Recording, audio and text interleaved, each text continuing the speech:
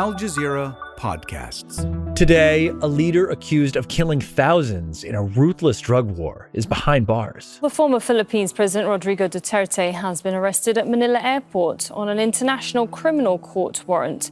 Once untouchable, Rodrigo Duterte will now face justice. What does his arrest mean for his victims, his supporters, and the global fight against crimes against humanity?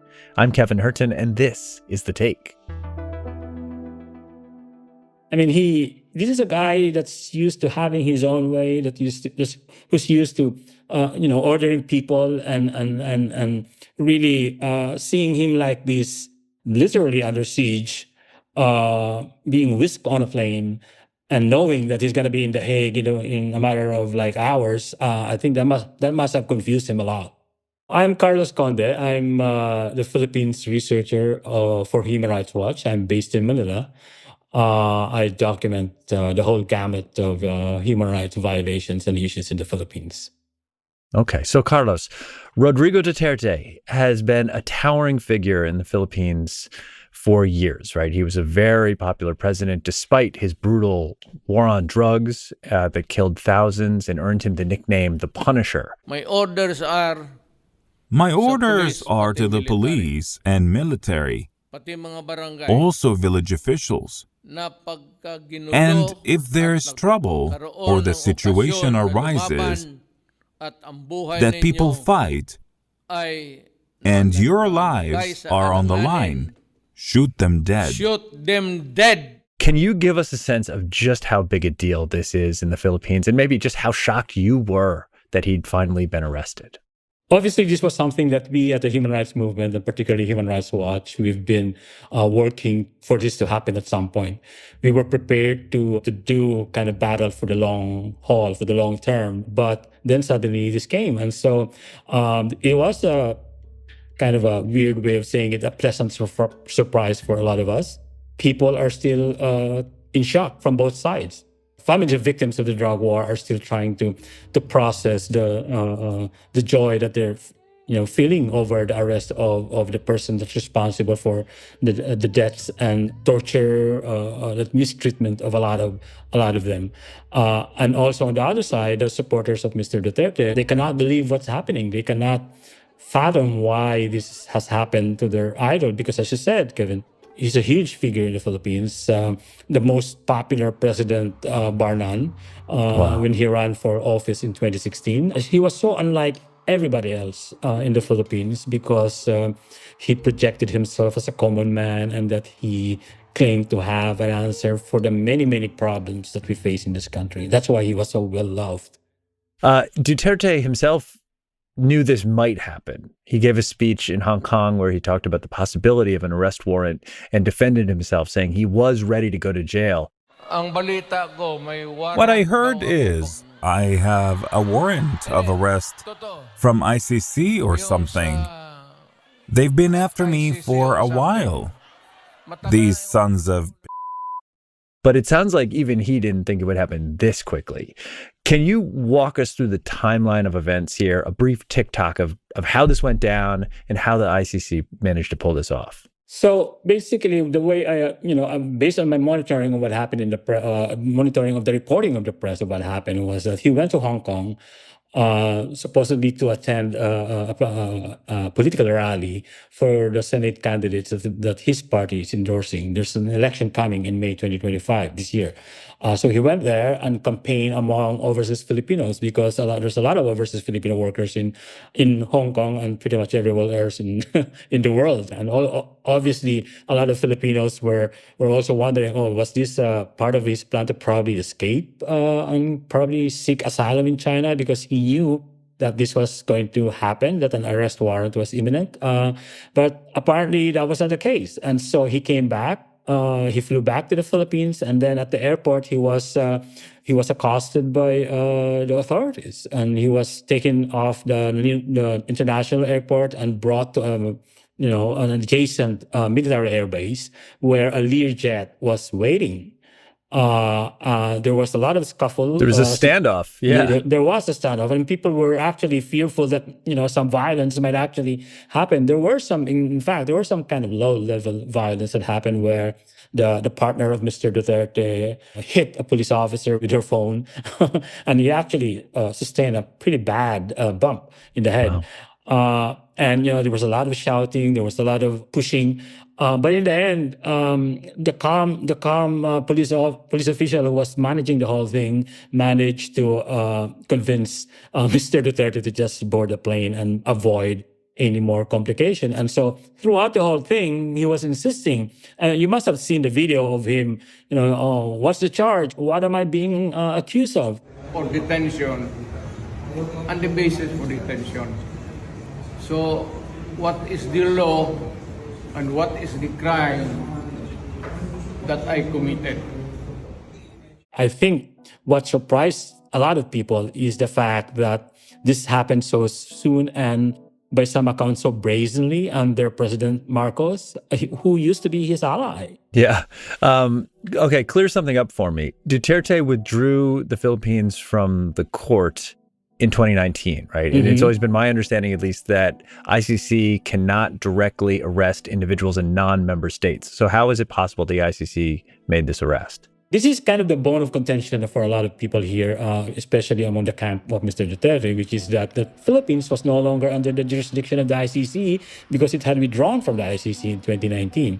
But actually, under the Rome Statute, there's a very, very clear kind of provision there that says, okay, you can withdraw, but any crime that you committed when you were a member still falls under the jurisdiction of the ICC, and that's exactly what the ICC has been asserting here. So that explains why they were able to issue an arrest warrant. Now, the other kink here, Kevin, is that the Philippine government, even by Mr. Marcos's statements, they don't recognize the ICC. So the Marcos government was actually put in a little bit of a, pickle here because, okay, so if they don't recognize the ICC, then how do they effect this arrest if the warrant of arrest comes down?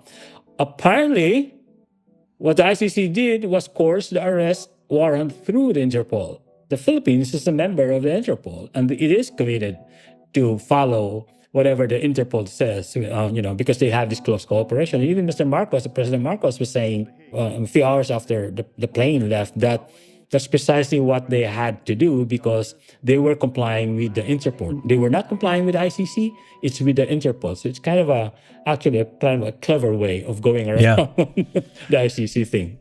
Yeah, we should just say the Rome Statute is the treaty that established the ICC. It is, Wow, so, okay. I mean, the end result is that Duterte is going to spend his 80th birthday in an ICC detention facility in The Hague. Yeah. It's remarkable. Let's talk about the case against him. What has the ICC charged him with, and when could the trial start? So he is being charged with crimes against humanity. This is related to the war on drugs that Mr. Duterte launched when he took office in 2016. So the war on drugs, he basically sent out the whole police force to go after suspected drug dealers, drug users, suspected criminals. At least 10,000 people dead in a year, many of them killed by vigilantes believed to be linked to police. Last week, at least 32 people were killed in police operations north of Manila in just one night. It was the bloodiest night since Duterte launched his so-called war on drugs. Duterte described the killings as beautiful. This was the worst human rights crisis the Philippines has ever experienced. The police going into communities in the dead of night, they go into houses and start raiding, arresting people and shooting them down. It was very, very violent. The estimate here by human rights groups, not us, but other human rights groups in the Philippines, is that between 6,000 up to more than 30,000 were actually killed in these raids that were happening on a daily basis. 4 young men have been shot in the past few weeks. The 17-year-old girl was pregnant when police shot her husband. She tells us police asked her to step outside when she heard the shots. But not only that, Kevin, he is also being investigated for the killings that took place when the country was still a member of the ICC around 2011 onwards, when he was mayor or vice mayor of this southern city in Davao, where the Dutertes pretty much controlled for decades now. So I used to be in Davao myself. I used to be a journalist, by the way. So I wrote for the New York Times about the death squad killings in Davao. I documented this for a number of publications in the Philippines back in the early aughts. It was this campaign that was as bloody as the blood war campaign across the Philippines starting 2016. In fact, the killings in Davao was actually the template that Duterte used in the campaign nationwide. So that's why he is being investigated by the ICC. What does the trial look like? I imagine it takes forever to prepare for this. He's 80 years old. When could this start?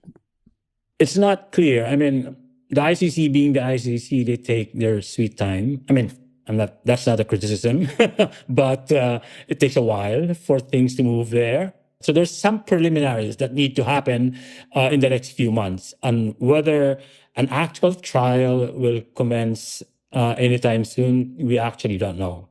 We'll have more with Carlos after the break. So, Carlos, you've researched and done advocacy work for years on Duterte's war on drugs in the Philippines. It's a crackdown on people who are allegedly involved in the drug trade or were drug users themselves. For people who don't know about Duterte, maybe you can give us a sense of his arc. This is a guy who started out as a city mayor trying to crack down on drugs in his city in the south of Philippines, where you yourself were a journalist. You knew Duterte in this embryonic phase of his political career. Now he's facing trial for crimes against humanity in The Hague. Can you tell us about this transformation? Did you see signs of this when he was just a mayor? Well, the thing with Duterte is that contrary to what he's been trying to project, which is that he's this ordinary, everyman type of guy, he actually belongs to a powerful political family in the central Philippines and in the southern Philippines. So he's a part of the political elite.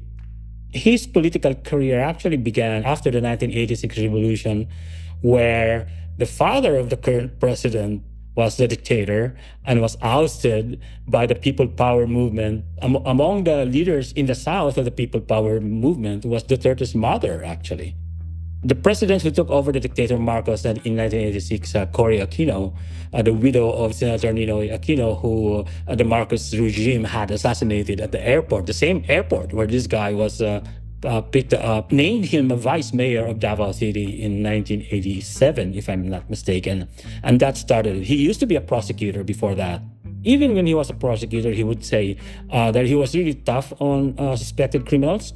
And when he was mayor, he really took off. And I think that the larger context here of why that happened is because Davao City in that time was actually a very, very violent and complicated city. It was a hotbed of communist insurgents. And it was known at one point as Nicaragua, after Nicaragua. Yeah, wow. And by many accounts, Duterte, when he became mayor, managed to control that and eventually eliminate that. But that came at a cost because he used violence to do that. I've interviewed him a couple of times when I was based in Davao. And I remember one time when we were interviewing him and he would regale us with stories about when he was mayor and they caught like a thief. And then the thief was brought to his office, and then he took out a piece of wood, a firewood, and crushed the thief's hands with it in front of the media, in front of everybody. And wow. And it turned out, that's not the story though, Kevin. It turned out that the man that he was just torturing was actually innocent. He did not do it. Yeah. By his own admission, Mr. Duterte's admission. So, that's the kind of personality he had. So he's responding to these very specific drug problem in Davao City, but then he takes it national. Once he's president and he's conducting this on a national scale, does it stop being about drugs and about just power?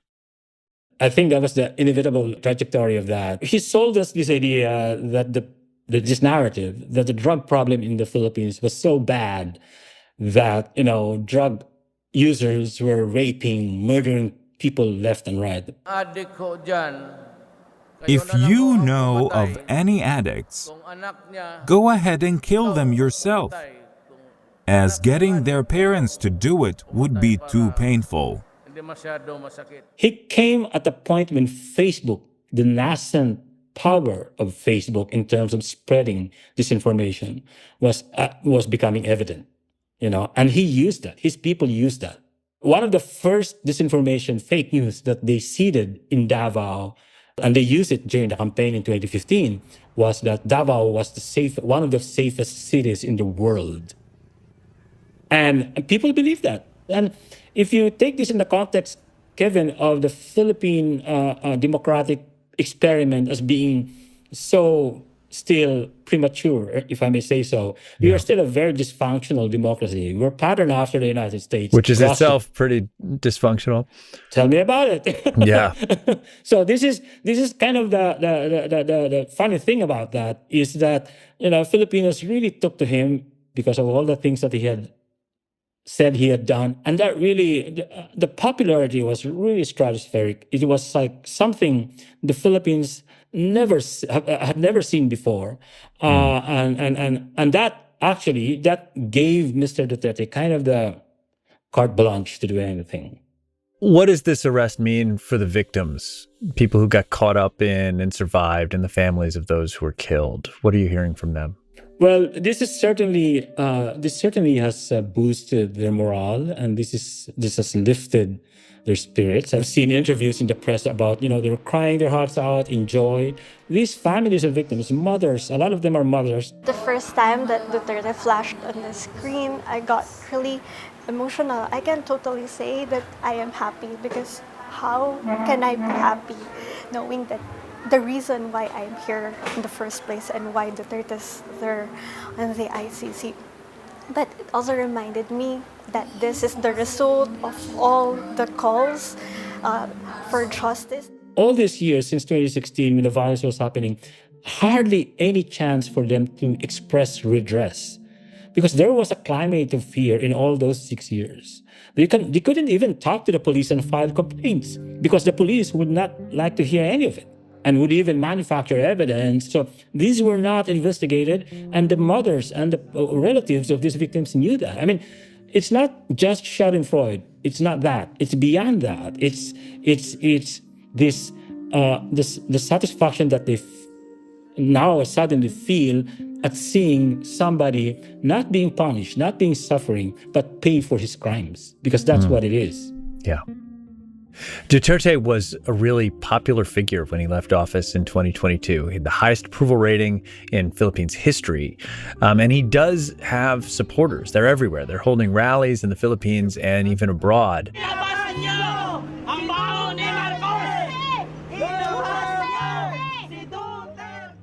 They say this is all political. All part of the ongoing feud between the Philippines' two great political families, the Dutertes and the Marcoses. Given that their rivals, the Marcoses, are in power, how much do you think politics played a role in this arrest? Well, we won't deny that politics had a hand in this, but also I think it's wrong to just say that this is all political. The victims, the many human rights organizations, grassroots, I'm not talking about Human Rights Watch, grassroots organizations in the Philippines who had been helping the ICC, the Office of the Prosecutors, gather evidence. They've been working at this from the very, very beginning because they had no choice. Domestic accountability mechanisms in the Philippines, and when we say that, we're talking about the police, we're talking about the DOJ, we're talking about the prosecutors. Those did not work. Those were dysfunctional. They did not matter at all in terms of giving redress to these victims of the drug war, who are mostly poor Filipinos. This is why they pinned their hopes on the ICC, and that is totally understandable. Keep in mind, Kevin, even when Marcos was still not in the political firmament, this was already happening. It just so happened that the families of Duterte and Marcos had a falling out about a year ago. And then, of course, if you are a politician up against another powerful politician, of course you will use every kind of ammunition in your arsenal to go after your opponent, right? And I think this is exactly what happened. So that's not to say that the Marcos government is totally devoid of any kind of concern for human rights. I'd like to think that there's some of that. And that's actually the challenge now for the Marcos administration, that it has to take this beyond that. It has to elevate not just the discourse, but even the actions of the government from here on out to demonstrate, its commitment, real commitment to human rights, to fixing the human rights problems in the Philippines. And that's what we ultimately want to happen under this administration. Yeah, it was a confluence of interests. The right thing to do was also the right thing to do politically. Okay, so final question. This is obviously momentous for the Philippines, but it's also a massive victory for the ICC, which hasn't had a win in a while. People are even questioning its need to exist. It hasn't been able to arrest people like Benjamin Netanyahu and Vladimir Putin. So what sort of message does this arrest send in terms of the ICC's relevance moving forward? Oh, I think there's an immense message here that's being sent, which is that if you're a country in the global south where your justice system is stacked against you, against poor citizens like the ones in the Philippines, a thing like the ICC can come in and give succor, and still functions. I think this gives people in the global south particularly some, hope that even though the ICC is under assault, Mr. Trump right now has announced sanctions against the ICC. That's terrible. And you mentioned Netanyahu, Putin. Those guys are probably not going to suffer the same fate of Mr. Duterte because I think the political context is different. But imagine if a situation where more Russians are sick of Putin or more Israelis are sick of Netanyahu, then probably something like this could happen. Many governments would probably try their best to evade the ICC. But if an opportunity like this comes along, it's better that the ICC is prepared to take that. In the case of the Philippines, I think that's exactly what happened. Without the groundwork laid by the victims, by the human rights movement in the Philippines to file cases to the ICC, even if Mr. Marcos and Mr. Duterte end up literally killing each other, there never would have been an ICC investigation. I think bottom line to me is that the ICC still plays a very, very crucial, important role in international justice. And I think that's the key kind of message that this case of Duterte will impart to the world. Carlos, thank you for coming on The Take today. Hey, thank you, Kevin. And that's The Take. If you're short on time but still want to catch the highlights, check out our YouTube Shorts. We post quick clips from the best moments from our episodes that you won't want to miss. It's a great way to stay connected on the go. So check them out, and we'll be back tomorrow.